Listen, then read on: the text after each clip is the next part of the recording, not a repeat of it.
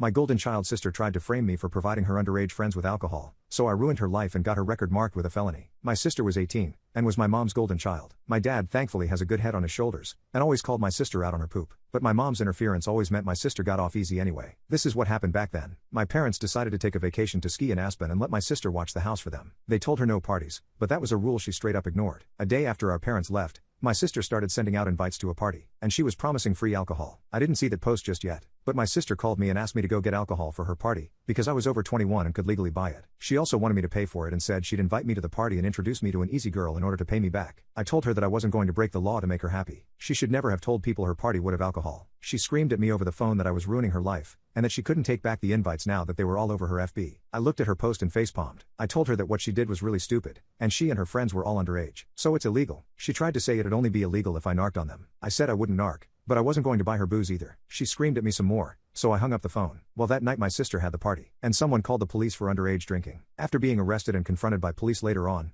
my sister threw me under the bus and said that I'd supplied the alcohol she was using. Turns out she actually broke into Dad's liquor cabinet, and thought it'd be better to frame me for her crime. Police came and arrested me at my apartment the day after the party. They seemed already convinced I was guilty, and didn't really listen to me when I said I was never there, but I willingly cooperated with them. At the station I told them the whole story, and got them to look at my sister's FB post. Thankfully there were a few people there who listened to me, but I still had to sit the night out in a cell while my parents were called. My mom and dad flew back home overnight, and bailed out both my sister and I, but my mom tried to make my dad leave me in jail, because my sister had told them her lies as well. But my dad took the time to talk to me, and look at my sister's FB, so he believed me. This caused a fight between him and my mom. When they got home my dad discovered my sister had broken into his liquor cabinet, and spoke to police on my behalf. My mom however still wanted the blame to fall on me because as she put it the charges were ruining her baby's future. But my innocence was further proven by the fact that I and my car were seen on CCTV when I left work, and when I arrived at home soon after, as the apartment I was living in then had CCTV cameras to watch the parking lot. My car did not move from there for the rest of the day and night. In my sister's story to police I had driven out and gotten the alcohol for her, but I wasn't seen on CCTV in any liquor store in the county, and my bank account showed no transactions buying alcohol. My parents' house also had a camera at the front door, and my car was never seen in the driveway that day. After being confronted with those facts, my sister's story changed to saying I already had the alcohol and gave it to her at my apartment. But my sister's car had never showed up at my apartment either, and there was like 3 cheap beers in my apartment fridge and no hard alcohol. My sister finally had to give up on her lies, and my parents were severely disappointed in her. But my mom still tried to convince me to take the fall for my sister. She came to my apartment and actually demanded that I tell police that it was all my fault. I said I wasn't going to ruin my future for my sister. She refused to leave and went from demanding to begging. She even got on her knees and tried to convince me that she and my dad would make everything okay in the long run if I just took the blame now. I said I'd rather live my life poor than have that felony on my record. She threw a huge fit and started throwing things because I refused to do as she wanted. I threatened to call police and she left my apartment cussing me out like a mad woman. I've never heard so many F-bombs out of her before or since, but she kept them up all the way to her car, and followed it up with saying she should have boarded me before driving off. I called my dad right away and told him everything that happened. He was insanely pissed and got in a huge fight with my mom as soon as she got home. She didn't even deny anything she said or did, because she deemed it would have been for the greater good of their daughter. But my dad told her she couldn't destroy me to save my sister. Then he threatened to divorce her if she didn't try to make things right. She ended up sobbing and then saying she'd do whatever he wanted. My dad said that it was couples and family counseling, or it was divorce. My mom signed a prenup before she married him, and really had no choice. In the family counseling I called her out on how she always believed my sister's lies. My sister tried to say they were not lies, but each one I pointed out from over the years said otherwise. I'd taken the time to write a list of all the ones I could remember from the past decade that had all been proven she lied, and my mom and sister were forced to stay silent as I read them all. They tried to interject repeatedly, but my dad and the counselor silenced them. My sister, now proven beyond a doubt to be a liar and a manipulator, just shut down and refused to say anything more to the counselor. And my mom finally apologized to me, but it was a forced apology because she looked so uncomfortable doing it. I told her that her apology was fake, and after so many years of favoritism the damage was already done. My relationship with her never really recovered, because she was convinced I was guilty no matter what was said until my sister admitted the truth. She then wanted me to pretend to be the guilty one anyway to protect her favorite child. But nothing went her way, so she just went back to crying about it. When my sister went to court, my mom pleaded with the judge to go easy on my sister for the charges of underage drinking and giving other underage people alcohol, as well as attempting to frame me for her crime. She also resisted arrest when the police came and shut down the party. She was very drunk when it happened. They kept her in a cell overnight to sober up,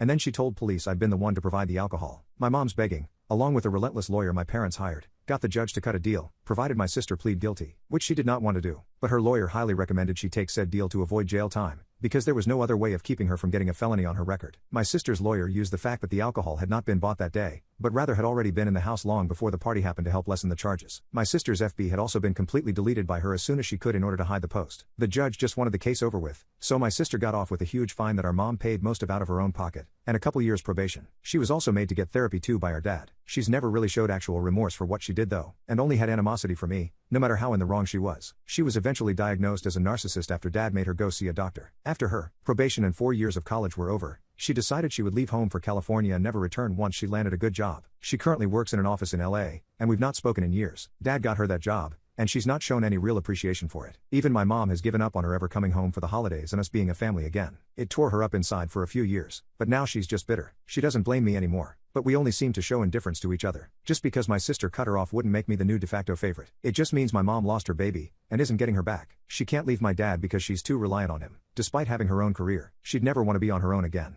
So she's just become a shell of her former self. Things between me and my dad are still great. He's pretty much disowned my sister for what she's done, and has stopped caring if she'll ever talk to him again. He and my mom don't even sleep in the same bedroom anymore. She moved into the guest room some 5 years ago and has stayed there. Their marriage is only one on paper days. Update 1. My sister since called home and attempted to raise hellfire. So she just started bragging about how well she did at that job. She made it to assistant manager, and is set to be next in line for full manager someday. I was unimpressed, and she demanded to know why. So I pointed out that I've moved on to managing one of dad's smaller businesses entirely. Sure, it was a technically promotion through nepotism, but I worked hard to earn it. And dad's openly stated that when he someday passes away, I'm to inherit everything. She was so angry that she hung up on me and then called our parents again. She asked Dad if she'd really been disinherited, and they confirmed she was. Dad's will is set to leave her only a small settlement so she can't contest it. And if she were to try and contest it, she'd automatically get nothing. Even our mom's will has written my sister out. My sister ended up crying and saying it wasn't fair. But both of our parents pointed out that her framing me all those years ago wasn't fair. Ghosting them after they paid so much money to keep her from getting a felony and putting her through 4 years of college was unfair. They had nothing left they wanted to give. My sister ended up blocking us all from phones to social media. We can't see anything now, but we don't really care. My mom has sat me down and gave me a long-awaited, more sincere apology for what happened so long ago, especially for that day she tried to make me take the blame for my sister. Years without my sister in her life, and the recent incident has made her realize more than ever that she was a terrible mother to us both, and she can't undo anything. But she wanted to at least say she was incredibly sorry, and that she loved me. She's just been too ashamed to really show it. She's now finally looking into therapy, and she's even making an effort to spend more time with my dad, like in the old days. It's ironic really. My sister tore our family apart, and then she somehow put it right back together by being the same kind of nasty person she's always been.